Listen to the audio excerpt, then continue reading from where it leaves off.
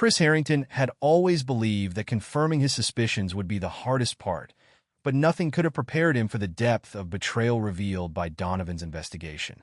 The photos of Amy and Mike, the incriminating messages, and the hidden rendezvous painted a devastating picture. Sitting alone in his car, Chris stared at the evidence, his mind reeling. One question echoed louder than the rest. Why? When confronted, Amy's deflections and denials only deepened the chasm between them, forcing Chris to face the painful reality. This wasn't just the end of their marriage, but the shattering of the life he thought he knew. Before we delve deeper into the story, let me know where you're tuning in from in the comments below. And if this story resonates with you, don't forget to subscribe and hit the notification bell so you won't miss the next chapter. Chris Harrington had always prided himself on being attentive, but it wasn't until subtle changes began to appear in Amy's behavior that his instincts signaled something was wrong.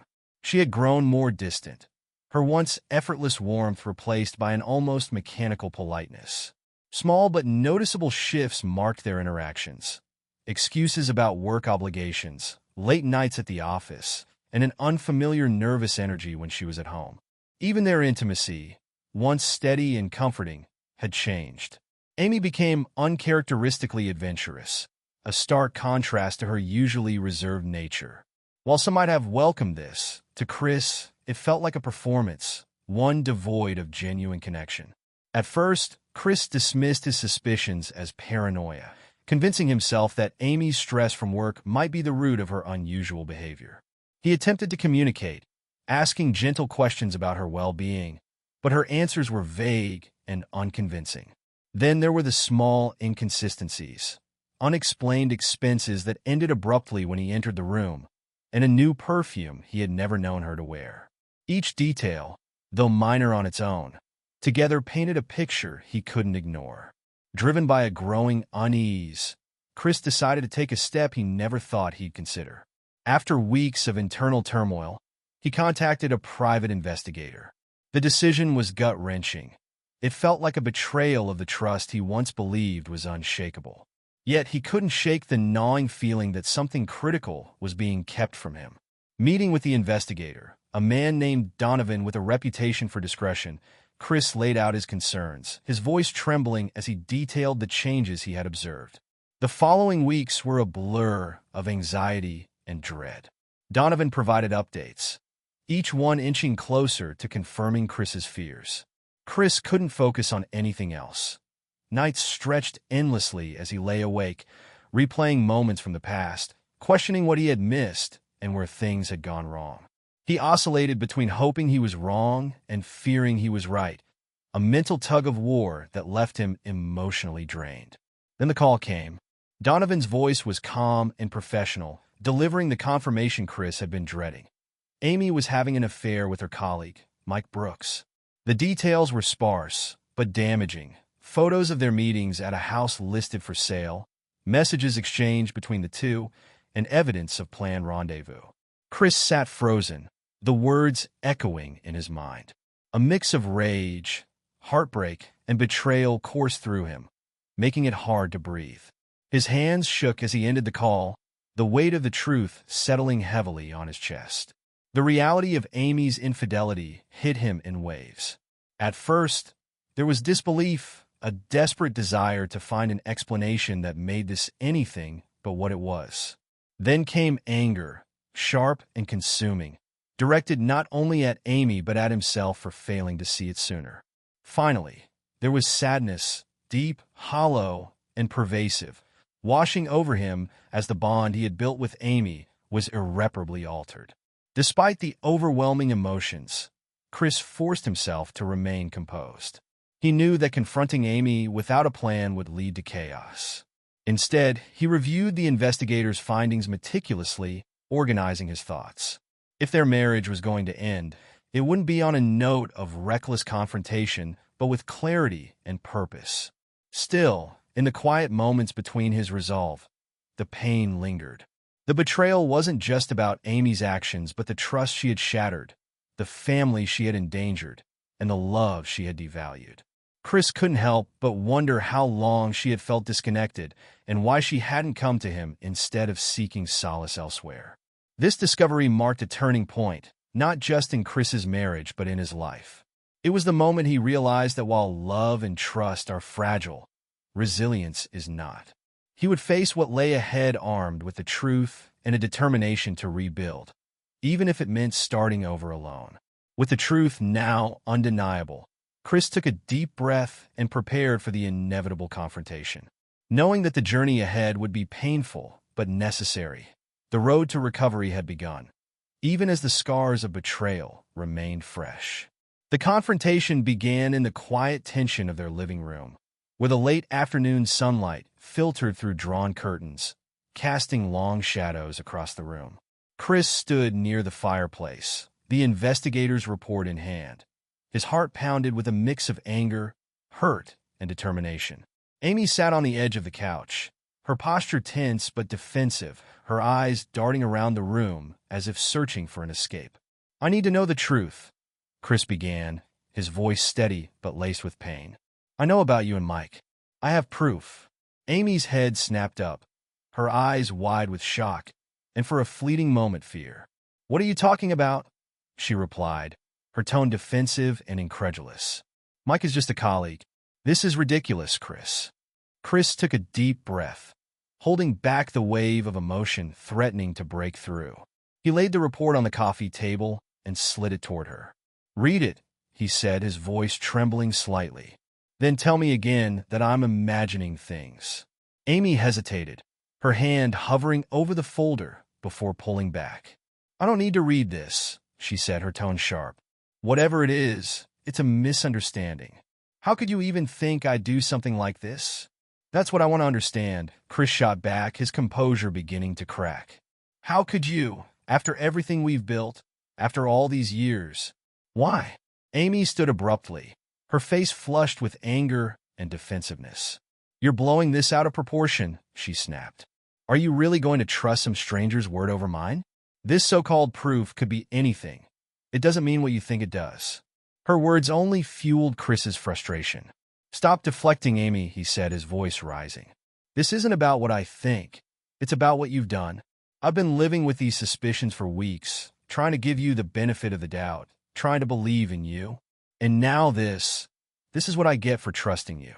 Amy's expression hardened, and she crossed her arms over her chest. "I don't have to stand here and take this," she said coldly. "You've already decided I'm guilty. So what's the point of even talking?" Her words hit Chris like a blow. The sheer audacity of her denial left him momentarily speechless. He had expected excuses, perhaps even an apology, but not this outright rejection of accountability. "The point," he said after a moment, his voice quieter but no less intense, "is that I deserve honesty. I deserve respect, and right now, you're giving me neither." Amy turned away. Her shoulders trembled lightly. "I can't do this," she muttered, her voice breaking. "You're attacking me, accusing me of things I haven't done." "Don't lie to me," Chris interrupted, his tone sharp. "I've seen the photos. I've read the messages. This isn't an accusation. It's a fact." The room fell silent, the weight of Chris's words hanging heavy in the air. Amy sank back onto the couch, burying her face in her hands. For a moment, Chris thought she might finally admit the truth, but when she spoke, her voice was small and defensive.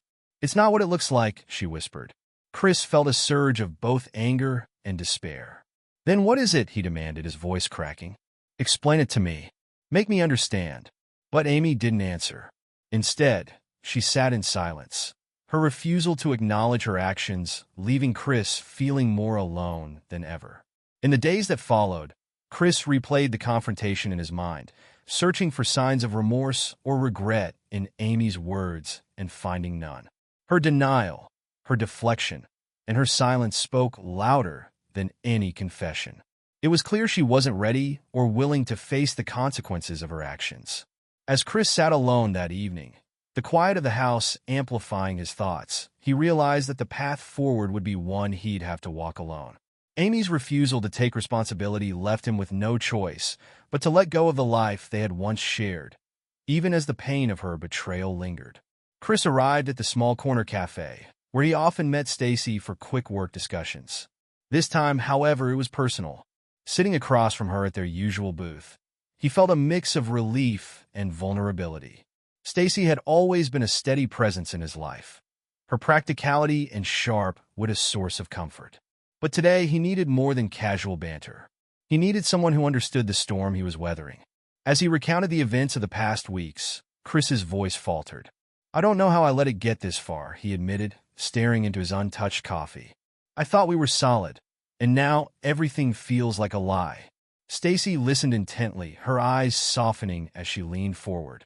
"Chris," she began gently, "first of all, stop blaming yourself. Infidelity isn't something you caused. It's a choice she made, a terrible one."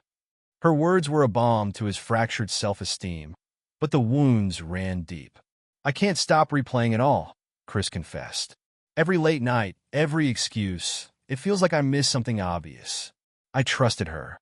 Stacy sighed, her expression pained. Trust is what makes a relationship work, and when someone abuses that trust, it breaks you in ways you can't imagine until it happens. She hesitated for a moment before continuing. "I've been there, Chris. You know my story." He nodded. Stacy's ex-husband had cheated on her years ago, a fact she rarely spoke of. When she did, it was with a calmness that belied the chaos she must have endured.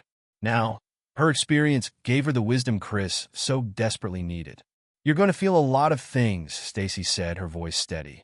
"Anger, betrayal, sadness, and that's okay. Feel it all, but don't let it define you.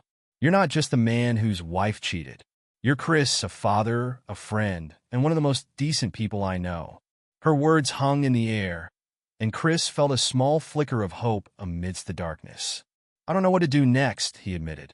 "Everywhere I look, our house, our memories, it all feels tainted." Stacy reached in her bag and pulled out a set of keys. "Take some time away," she said, placing them on the table between them. "This is for my family's cottage by the lake. It's quiet, peaceful, and exactly what you need right now. No reminders of what's happened, just space to think." Chris hesitated. "I can't impose." "You're not imposing," Stacy interrupted firmly. "If anyone deserves a break, it's you. Go clear your head. When you're ready to face everything, you'll do it with a clearer mind." He picked up the keys, gratitude welling up inside him. "Thank you," he said softly. "I don't know what I'd do without you." Stacy smiled, her eyes glinting with a mix of determination and compassion. "You'd figure it out eventually," she said, "but I'm here to make sure you don't have to do it alone." As Chris left the cafe, he felt a weight lift slightly from his shoulders. Stacy's kindness and practicality had given him a lifeline, a chance to step back and begin piecing himself together. He didn't know what the future held, but he knew he wouldn't face it entirely alone, and that for now was enough. Chris sat at a quiet corner table in the Student Union of the University of Connecticut, nervously twisting his wedding ring. Julie and Kate arrived moments later, their faces a mix of curiosity and concern as they sat down. Julie immediately asked, "Dad, what's going on? Mom's been calling nonstop, and we know something's wrong." Chris took a deep breath, steadying himself. "I need to talk to you both about something difficult," he began, his voice heavy with emotion. "Your mother and I, we're getting a divorce." The words hung in the air, and for a moment neither daughter spoke. Julie, the more outspoken of the two, leaned forward, her voice rising. "What? Why? What's happened? You two seem fine." Kate, quieter but no less affected, stared at her father, her eyes wide with disbelief. "Dad," she whispered, "this can't be real. Are you serious?" Chris nodded, his throat tightening as he continued. "I didn't want to tell you this, but you deserve the truth. Your mother, she's been unfaithful. I have proof." Julie recoiled as though she'd been struck. "Unfaithful," she said, her voice trembling with both anger and hurt. "Are you saying Mom cheated on you? On us?" Kate's face crumpled, tears spilling down her cheeks. "How could she do that?" she choked out. "How could she betray you, betray all of us?" Chris reached out, but both girls pulled back, overwhelmed by their emotions. "I know this is a lot," he said softly. "I didn't want you to find out this way, but I needed you to understand why this is happening." Julie's expression hardened. "She ruined everything," she said bitterly. "Our family, our home. How could she throw it all away? Chris's own heartbreak deepened as he watched his daughters grapple with the news. I know you're angry, he said. I am too, but I need you to remember she's still your mother. She loves you, and nothing about that has changed. Kate wiped her tears, her voice barely a whisper. But everything else has, she said. Julie stood abruptly. I need time, Dad. I can't. I just can't deal with this right now. As the girls walked away, Chris felt the weight of their pain, knowing it was a burden they would carry together, but also one they would all have to confront in their own time. The fracture in their family was undeniable, yet somewhere in the depths of his sorrow, Chris held on to the hope that they could begin to heal. Chris sat at the kitchen table in Frank and Eileen's home. The air was thick with unspoken tension, a fresh pot of coffee steaming on the counter, but no one moved to pour a cup. Eileen's hands trembled as she clasped them together on the table, her face etched with worry. Frank leaned back in his chair, his arms crossed tightly over his chest, his expression unreadable but his jaw clenched. Chris broke the silence, his voice steady but strained. I didn't want to bring this to you, but you deserve to know. Amy's been having an affair with her colleague, Mike Brooks. I've already spoken to a lawyer and started the process for divorce. Eileen gasped, her eyes filling with tears. No, she whispered, shaking her head. There must be some mistake. Chris, Amy wouldn't. She couldn't. Frank's expression darkened, his voice sharp. Is this true? Do you have proof? Chris nodded and slid a folder across the table. I do. Photos, messages, everything. I'm sorry to have to show you this, but you need to understand what's happening. She hesitated, her trembling hands hovering over the folder. Frank, however, grabbed it and flipped it open. His eyes scanned the contents, and with each page, his face grew grimmer. His breathing heavier. Finally, he closed it and looked directly at Chris. She's my daughter, he said, his voice low and taut. But this is indefensible. Eileen's tears spilled over, and she clutched Frank's arm. Frank, don't say that, she pleaded. We don't know what drove her to this. Maybe there's a reason, a mistake, a way to fix this. Frank shook his head, his voice firm. A reason, Eileen? There's no excuse for this. She betrayed her husband, her family. She broke every vow she ever made. Eileen turned to Chris, her expression desperate. Chris, please, isn't there any way you can forgive her? You've been married for 25 years. You have to try, please, for the girls. Chris's heart ached at her plea, but he shook his head. I've given her everything, Eileen, love, trust, support, and she chose to throw it away. I can't rebuild what she destroyed. The room fell silent, the weight of the situation settling over them. Finally, Frank spoke, his voice softer, but no less resolute. We'll support you, Chris, whatever you decide. But this will take time for all of us to process. Chris nodded, gratitude and sadness intertwining. As he left their home, Chris felt the heavy burden of their shared pain, knowing that the fracture Amy's actions had caused extended far beyond just their marriage. The path forward would be difficult for everyone. Chris approached the picnic table in Willowbrook Park, where Lucy Brooks sat waiting. Her usual warm, motherly demeanor was gone, replaced by a tense stillness. Her eyes were red and puffy, and she clutched a tissue tightly in her hand. As Chris sat across from her, the weight of their shared pain filled the space between them. I guess you know why I'm here, Chris began softly, his voice steady despite the turmoil within. Lucy nodded, but didn't look up. I've suspected for weeks, she said quietly. I just didn't want to believe it. Yeah, he said in acquiescence. We all did. Chris slid a small folder across the table, much like he had done with Amy's parents. This is everything I have, he said. I wanted you to see it before I take the next steps. Lucy hesitated, her hand hovering over the folder.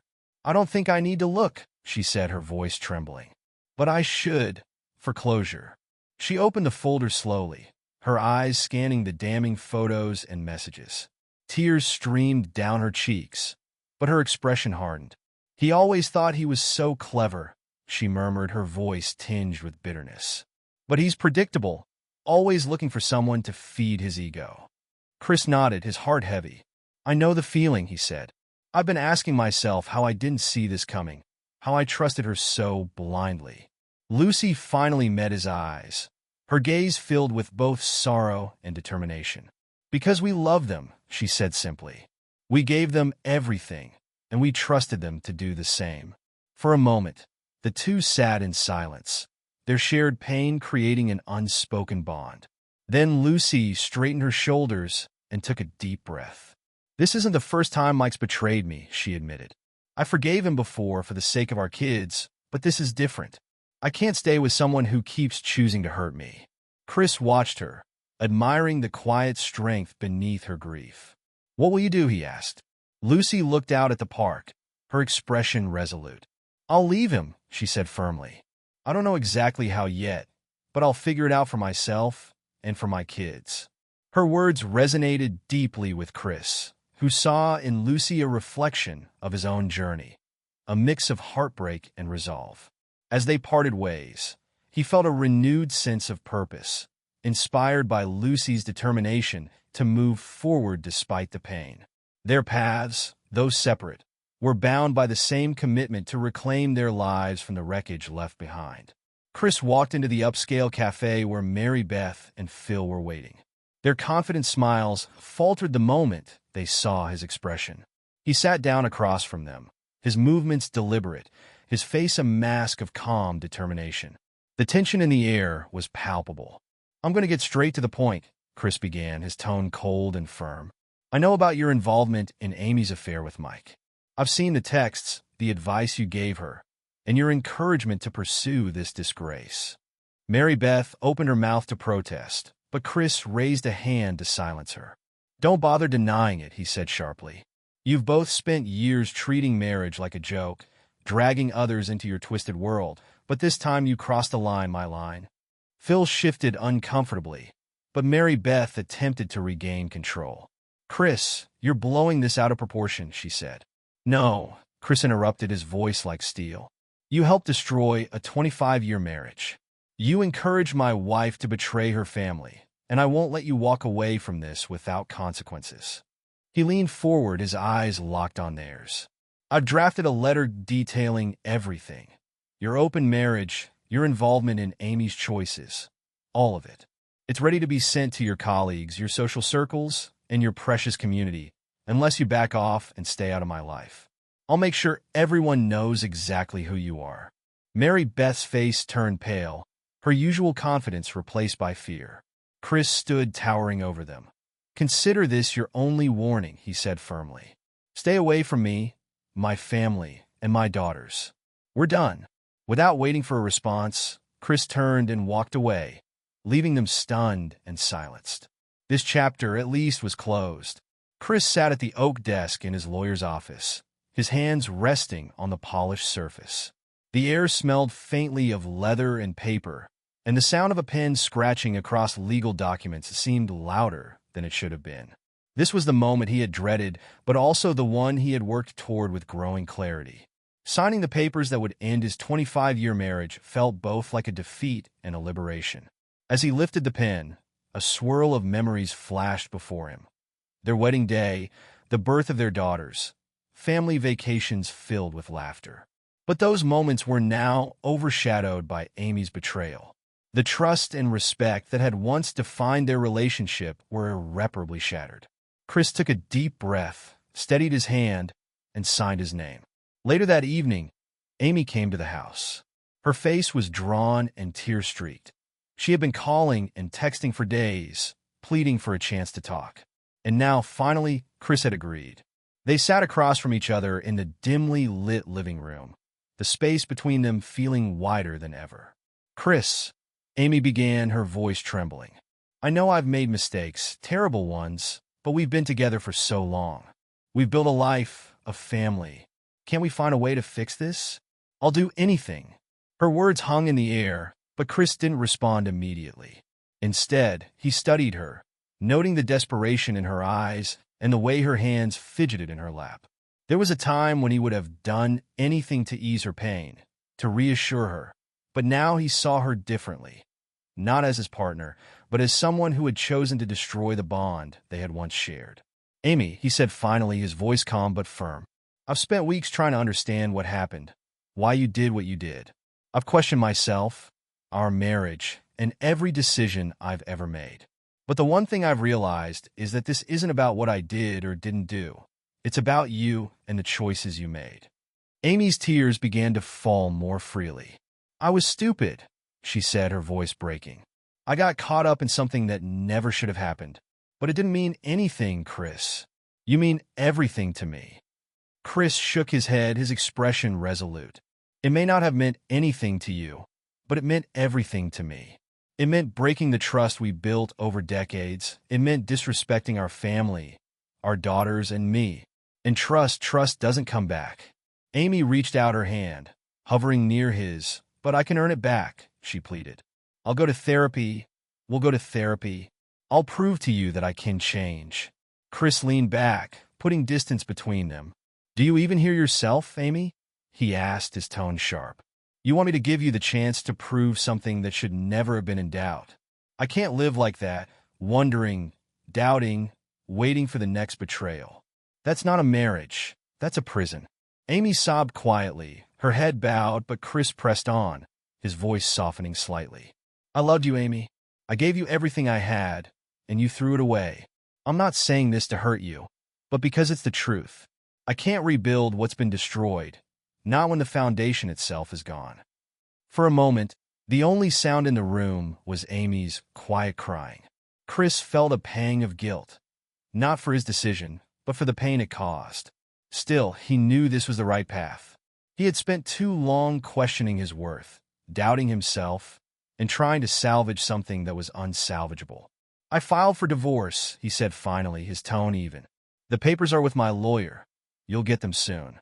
Amy looked up, her face stricken. Chris, please, she whispered. Think about the girls, think about us. I am thinking about the girls, Chris replied firmly. They deserve parents who are honest and respectful, even if we can't be together. They'll see us co-parenting, but I won't show them a broken marriage and call it love. Amy's shoulders sagged, and she buried her face in her hands. Chris stood, signaling the end of the conversation. I hope you find what you're looking for, Amy, he said quietly, but it won't be with me. As he watched her leave, Chris felt an odd mixture of sorrow and relief. The weight of the past weeks of suspicion, confrontation, and heartache was finally lifting. He knew the road ahead would still be difficult, but for the first time, he felt a sense of control over his own life. In the days that followed, Chris began to rediscover himself. The pain was still there, but so was a growing sense of clarity. He spent more time with Julie and Kate, reaffirming his commitment to them. He leaned on Stacy and found comfort in her unwavering support. And he started to see his future not as a broken man, but as someone ready to rebuild. The decision to end his marriage wasn't just about leaving Amy behind. It was about choosing himself, his dignity, and a life where trust and respect weren't negotiable. Chris had found his strength, and he wasn't going to let it go. The lakeside property greeted Chris with a serene silence that felt like a balm to his weary soul. The house, modest but welcoming, sat nestled among tall pines that whispered in the breeze. The lake stretched out before him, its surface smooth and shimmering under the afternoon sun. Each ripple on the water seemed to carry away a fragment of the pain he had been holding on to for so long. In the mornings, Chris found himself drawn to the porch, coffee in hand, as the world slowly awakened around him. The soft calls of loons echoed across the lake, and the gentle lapping of water against the dock became a rhythm he welcomed. For the first time in months, he felt the heaviness in his chest begin to lift. The tranquility of the lake was more than just a backdrop. It was a reminder that healing, though slow, was possible. Meanwhile, Amy began attending therapy sessions in the city. Her efforts to rebuild herself were marked by both progress and setbacks. She reached out to Julie and Kate frequently, but their responses were measured and cautious. Though Amy expressed regret and a desire to mend their bonds, the trust she had broken with her daughters was not easily repaired. Still, Chris encouraged them to keep the door open, reminding them that forgiveness was a gift they could give themselves as much as their mother. As the weeks passed, Chris immersed himself in the simple joys of his new life. He began restoring the small garden by the lake, finding unexpected peace in the dirt beneath his fingers and the fresh blooms that emerged under his care. Each step forward felt like a reclamation of himself, a rebuilding of the man he had once been, now stronger and wiser. On clear nights, he sat by the fire pit he had built, watching the flames dance against the dark expanse of the lake. The stars above seemed brighter here, as if offering him hope for the path ahead. For the first time, Chris allowed himself to dream of a future untethered by betrayal, where he could live with purpose and peace. The pain was still there, but so was a quiet, growing hope. The soft hum of laughter filled the air as Chris and his daughters, Julie and Kate, sat on the dock by the lake. Their feet dangling over the edge, the late afternoon sun cast a golden glow across the water, reflecting the warmth that was beginning to return to their relationship. Julie teased her younger sister about an old childhood habit, and Kate retaliated with mock indignation. Chris smiled, content to simply watch them reconnect, not just with each other, but with him. The rift caused by the divorce was healing. Their shared time was becoming a bridge back to a stronger bond at family gatherings. Chris continued to navigate the delicate balance of supporting both his parents and his in-laws.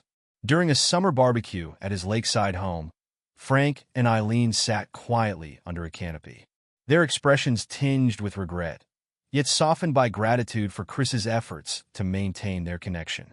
His parents, ever the optimists, joined him in ensuring that the gatherings felt less like fractured moments and more like threads of unity.